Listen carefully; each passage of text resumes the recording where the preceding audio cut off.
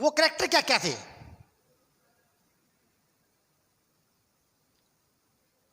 जो मेंडल ने चूज किए थे। नंबर 1,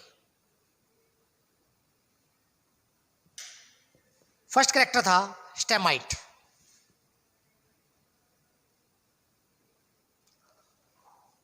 सेकंड को जो कैरेक्टर मेंडल ने चूज किया था वो क्या था? Flower colour.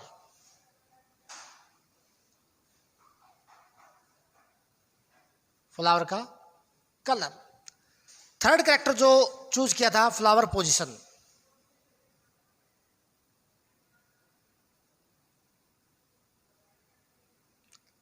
फ्लावर पोजीशन मतलब वो लेटरल साइड पे मौजूद है या टिप पे मौजूद है। फोर्थ जो कैरेक्टर था पोड शेप।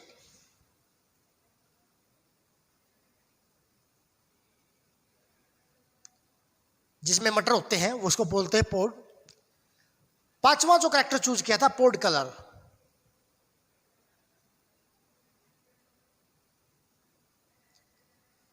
छठा जो कैरेक्टर मेंडल ने चूज किया था वो था सीड शेप।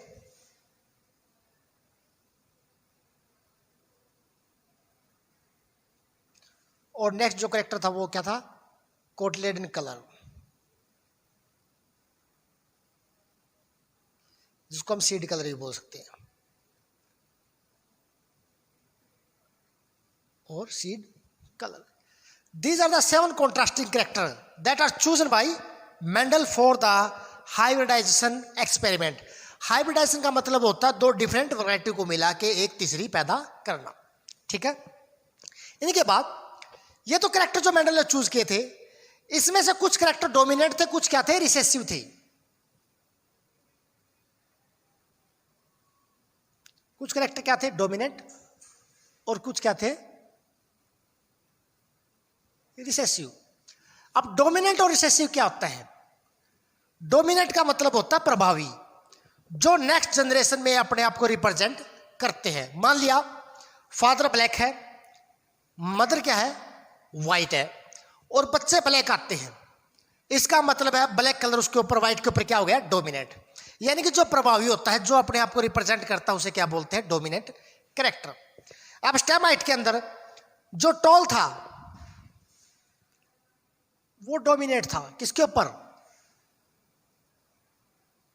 ड्वार्फ के ऊपर। ड्वार्फ मतलब बोने के ऊपर। इसके बाद फ्लावर कलर में जो वॉयलेट कलर था वो डोमिनेट था। किसके ऊपर? व्हाइट के ऊपर। किसके ऊपर? व्हाइट के ऊपर डोमिनेट था। तीसरे फ्लावर पोजीशन एक्सियल डोमिनेट थी। किसके ऊपर? टर्मिनल पोजीशन के ऊपर। अब पोड जो शेप है इनफ्लैटेंड,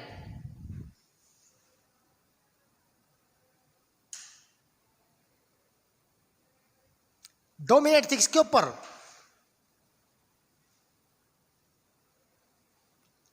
कॉन्स्ट्रिक्टेड मतलब जो मुड़े तुड़े होते हैं, आड़े तिरछे। उसके ऊपर जो फ्लैट पोजीशन थी वो क्या थी? सॉरी, फ्लैट शेप थी वो क्या थी? डोमिनेट थी। पोड का colour green colour of pod dominate over the yellow pod colour के ऊपर डोमिनेट था। सीड की शेप जो राउंड थी वो डोमिनेंट थी रिंकल के ऊपर।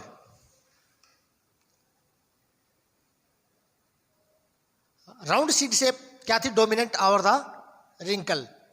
रिंकल का मतलब क्या होता है? आड़े तिरछे झुर्रीदार। और कोटलेडन के कलर में येलो डोमिनेट था over the green. Yellow dominate था over the green colour.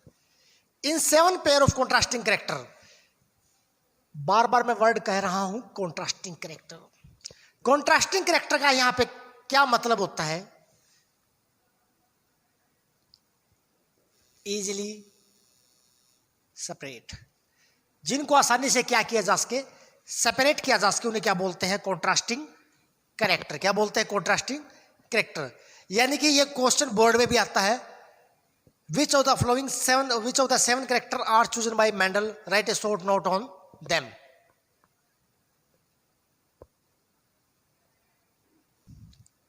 Mendel के एक्सपेरिमेंट को परफॉर्म करने से पहले हम कुछ जेनेटिक टर्म को समझेंगे, क्योंकि एक्सपेरिमेंट के दौरान बार बार उनका जिक्र होगा, बार बार उनको बोला जाएगा। ठीक है, पहले उन जेनेटिक टर्म्स को क्या कर ले, हम रीड कर लेते हैं, उसके बाद मेंडल के एक्सपेरिमेंट में आगे की तरफ बढ़ेंगे।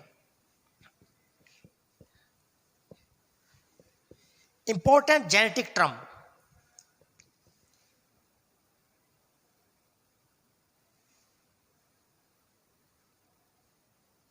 some important genetic term. अभी में सबसे पहले है जीन, जो आप 8th लेवल से पढ़ते आ रहे हो।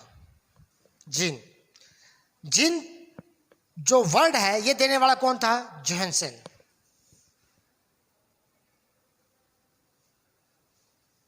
काफी कम स्टूडेंटों को पता होगा जीन वर्ड देने वाला कौन था? जोहानसन। अब जीन्स को सब जानते हैं, क्या होता है?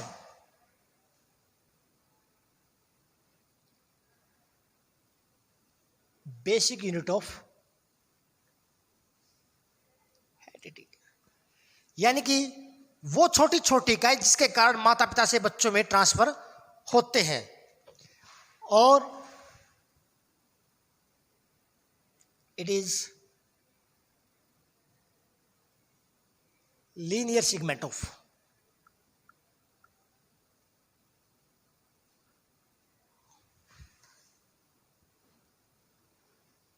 DNA, linear segment of DNA. Gene कहां मौजूद होती है? On the chromosome.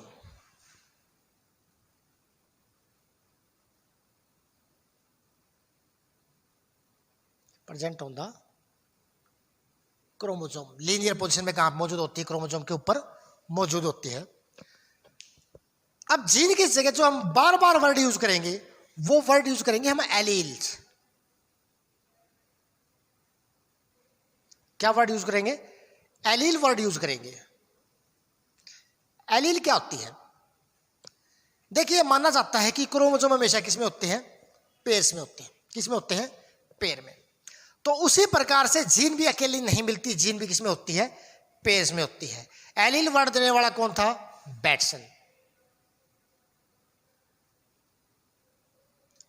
Allele term देने वाला कौन था? बैटसन। तो एलील क्या है? हम ये कह सकते हैं variant form of gene.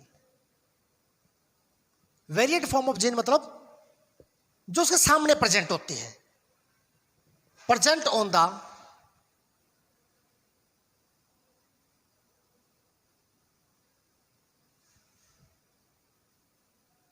Same locus on homologous chromosome. Homologous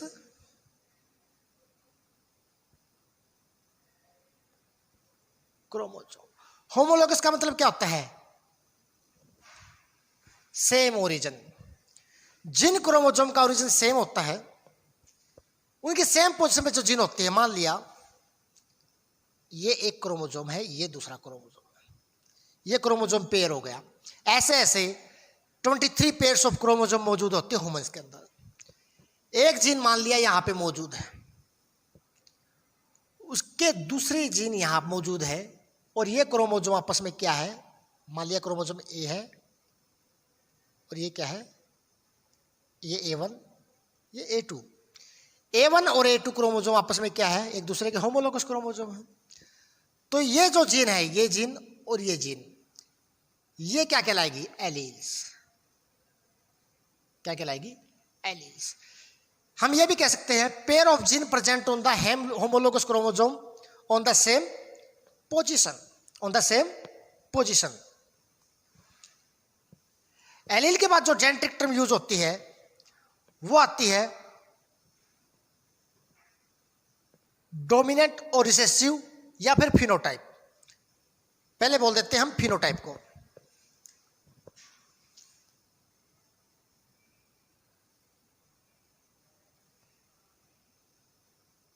phenotype क्या होता है? फिनोटाइप क्या होता है? एक्सटर्नल और morphological appearance of an organism, हम ये कह सकते हैं एक्सटर्नल और मोर्फोलॉजिकल अपीयरेंस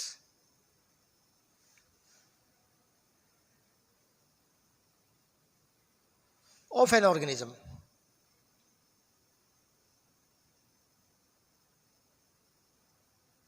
कोई भी ऑर्गेनिज्म है वो बाहर से कैसे दिखाई देता है, बाहर से उसकी शेप क्या है, वो कैसा है कैसा नहीं है, इस चीज को क्या बोलते हैं, फिनोटाइप। एग्जांपल्स, मान लिया किसी की शेप क्या है, राउंड है, तो ये क्या है इसकी फिनोटाइप। कलर में कोई ब्लैक है, ये क्या है इसका फिनोटाइप। यानी कि बाहर से देखने पर जो आकृति दिखाई देती है या जो कलर दिखाई देता है उसे क्या बोलते हैं, फिनोटाइप। इसके बाद आता है what is the genotype, four term.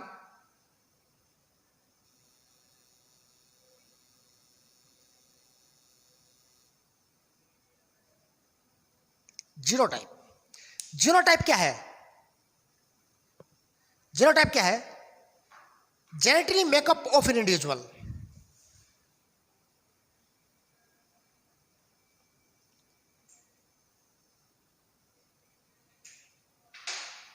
Of N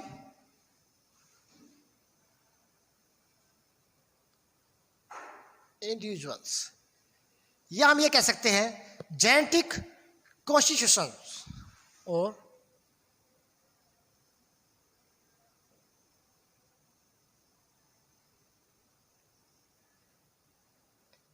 genetic constitution, वो क्या कहलाता है, जीनोटाइप।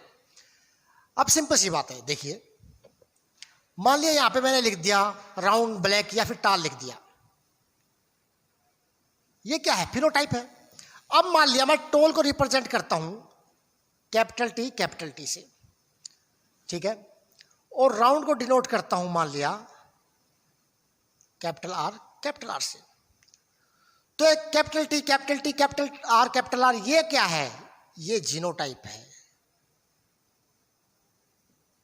यानी कि सिंपली अगर कोई समझना चाहे तो ये कह सकता है कि फिनोटाइप को रिप्रेजेंट करने के लिए जिन सिंबल का सहारा लिया जाता है उन सिंबल्स को क्या बोलते हैं, जीनोटाइप। क्या बोलते हैं, जीनोटाइप।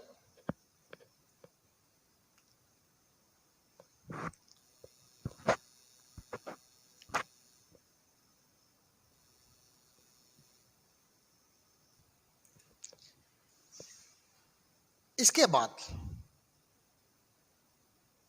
वर्ड आएगा जीनोम। जीनोम किसे कहते हैं, single set of chromosome.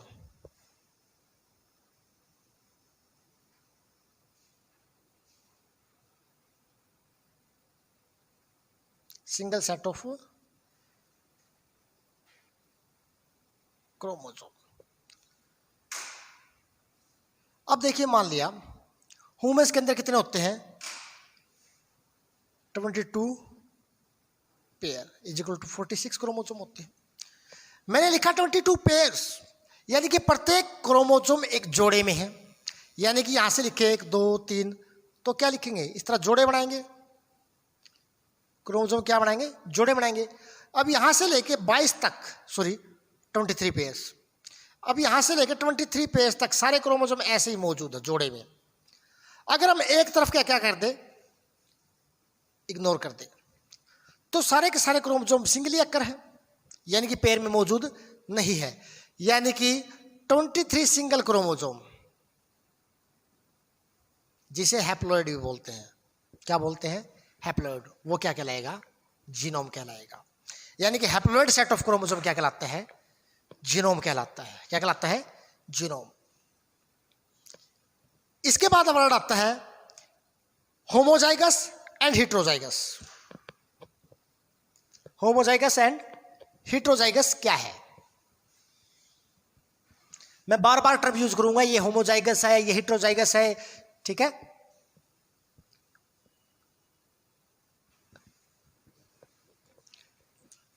Homozygous,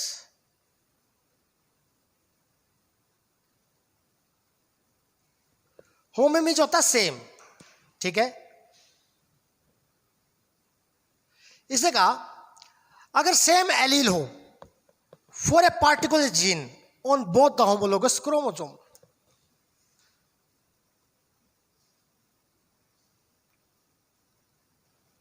same allele क्या हो, same allele on both homologous chromosome, both homologous chromosomes, दोनों क्रोमोसोम पे जो जीन है वो क्या है, एलील्स क्या है, सेम है, वो पेयर्स ऑफ जीन क्या है, सेम है, उसे क्या बोलते हैं, होमोजाइगस। फॉर एग्जांपल मान लिया आप लिखते हो कैपिटल आर कैपिटल टी, ये तो क्या है, ये होमोजाइगस है, इसको क्या बोलेंगे, होमोजाइगस। अब दूसरी तरफ क्या बोलेंगे, हेटेरोजाइगस क्या होगा फिर,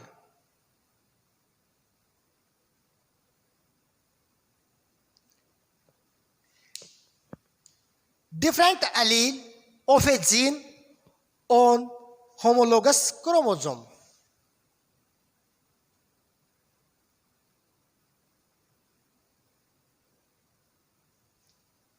Of a gene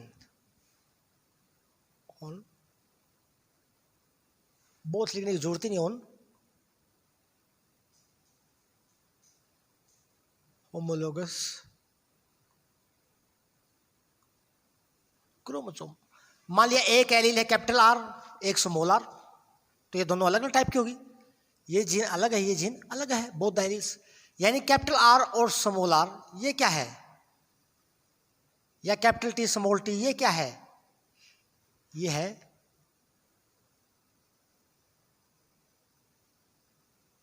हेटेरोजाइगस, ये क्या कहलाएगा, हेटेरोजाइगस। एक तीसरी टर्म आती है हेमीजाइगस,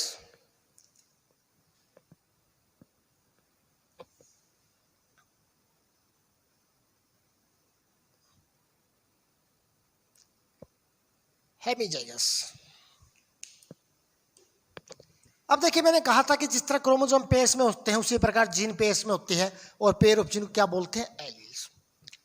लेकिन ह्यूमन के केस में मेल क्या होते हैं, मेल के पास सेक्स क्रोमोसोम क्या होता है, XY, क्या है, XY। ये क्या है, 23rd पेयर ऑफ क्रोमोसोम, 23वां जोड़ा जो होता है वो क्या होता है, XY। मान लिया मैं इसको X मान लेता हूं, और ये क्या है, Y क्रोमोसोम मान लिया, ये क्या है X और ये क्या है Y। X के पास यहां पे कोई जीन है, तो उसके दूसरी तरफ उस कैरेक्टर के लिए Y पे कोई जीन नहीं होगी, ठीक है। तो वहां पे कैरेक्टर को ट्रांसफर करने के लिए सिर्फ एक ही जीन क्या है, रिस्पॉन्सिबल है। यानी कि जहां पे हम ये कह सकते हैं only one allele of A gene,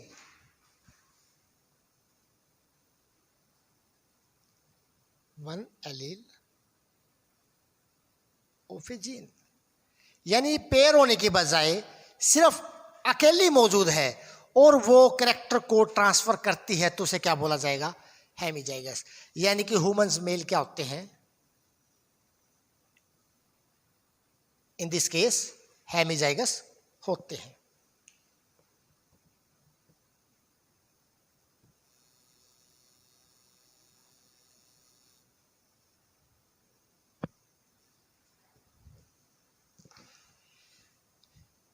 इसके बाद है डोमिनेंट और रिसेसिव क्या होते हैं, या सॉरी जीन लोकस क्या होती है। मैं बार बार यूज कर रहा हूं word gene locus. Gene locus क्या है,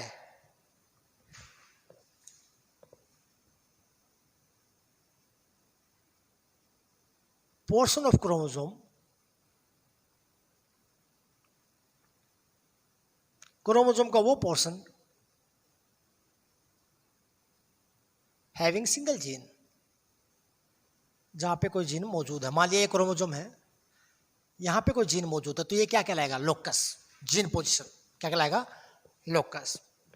इसके बाद डोमिनेंट फैक्टर और रिसेसिव फैक्टर किसे कहते हैं,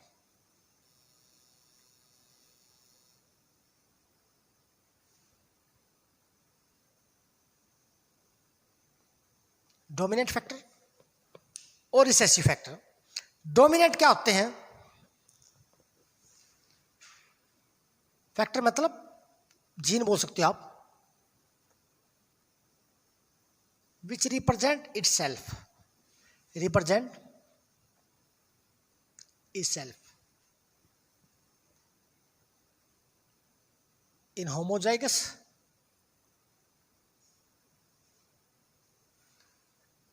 as well as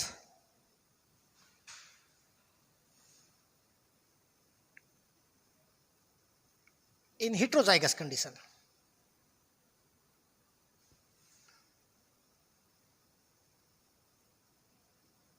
यानी कि जो होमोजाइगस कंडीशन में भी अपने आप को रिप्रेजेंट करे, अपना कैरेक्टर शो करे, और हेटेरोजाइगस कंडीशन में भी। आपने 10th में सीखा होगा कैपिटल टी क्या होता है? टोल होता है। क्या होता है? टोल। और कैपिटल टी स्मॉल टी भी क्या होता है? टोल। ठीक है, तो यहां पे ये सारा खेल किसका है? कैपिटल टी का। यानी कि कैपिटल टी अपने आप को यहां भी रिप्रेजेंट कर रहे हैं जब होमोजाइगस कंडीशन में है, और जब हेटेरोजाइगस कंडीशन में है तो भी अपने आप को रिप्रेजेंट कर रहा है। तो कैपिटल टी क्या हुआ? Dominate factor. क्या हुआ? Dominate factor. आप दूसरी तरफ इसी से सीखेंगे रिसेसिव फैक्टर क्या है?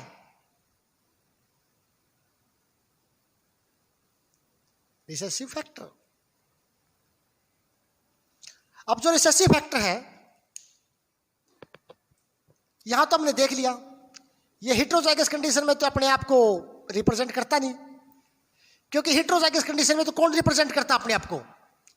डोमिनेंट। तो बची कौन सी? Homozygous condition. यानी कि ऐसा फैक्टर जो सिर्फ अपने आप को रिप्रेजेंट करता है इन होमोजाइगस कंडीशन में। किसमें? Only in the homozygous condition like capital small r, small t। ये क्या होगा? small t, ये ड्वार्फ को रिप्रेजेंट करेगा। यहां पे अगर एक भी कैपिटल टी आ जाएगा तो ये टोल हो जाएगा। यानी कि जब ये होमोजाइगस कंडीशन में है तभी स्मॉल टी अपने आप को रिप्रेजेंट कर रहा है, वरना नहीं करेगा।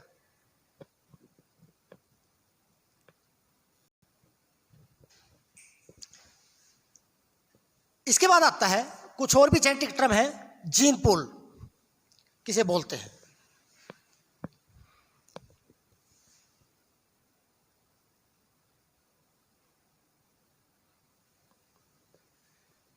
जीन पूल क्या है? All the gene,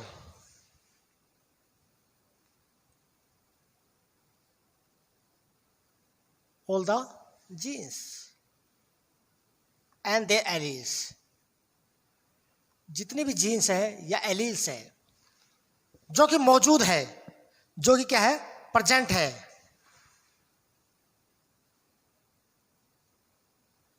in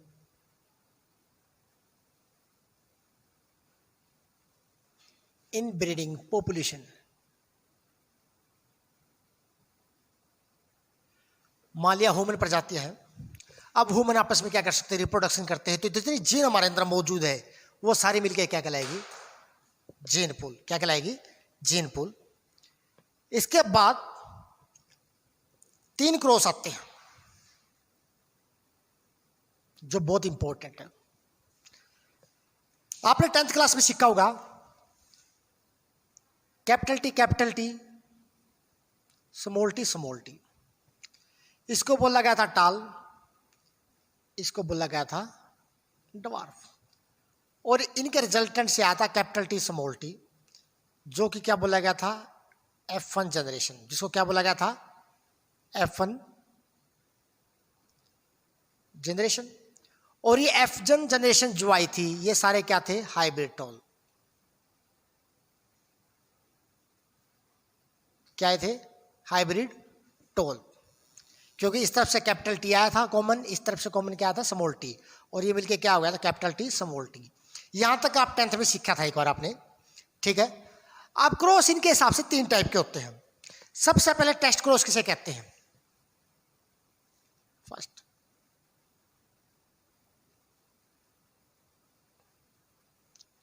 test cross, जहां पे F1 की जनरेशन की क्रॉसिंग आवर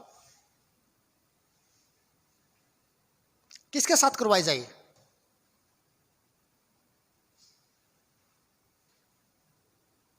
डोमिनेंट पेरेंट के साथ। When F1 is cross with the dominant, जिस तरह की एग्जांपल ले ले, यहाँ पे F1 क्या है, कैपिटल टी स्मॉल टी, इसको किसके साथ क्रॉस कराना पड़ेगा? Capital T capital T. तो ये क्या कहलाएगा? Test cross. क्या कहलाएगा? Test cross. दूसरा होता है बैक क्रॉस। क्या कहलाएगा? Sorry, out cross. Out cross क्या कहलाएगा?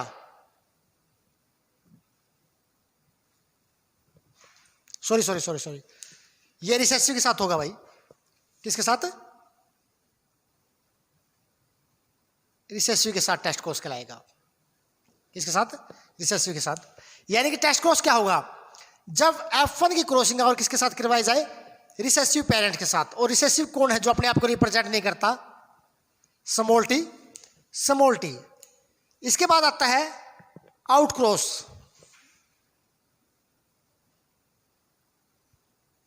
आउट क्रॉस किसे कहते हैं? जब F1 की क्रॉसिंग आवर किसके साथ करवाई जाए? डोमिनेंट पेरेंट के साथ। किसके साथ? Means capital T small T, capital T capital T. ये क्या होगा? Out cross. और इसके बाद आता है बैक क्रॉस। थर्ड नंबर पे आता है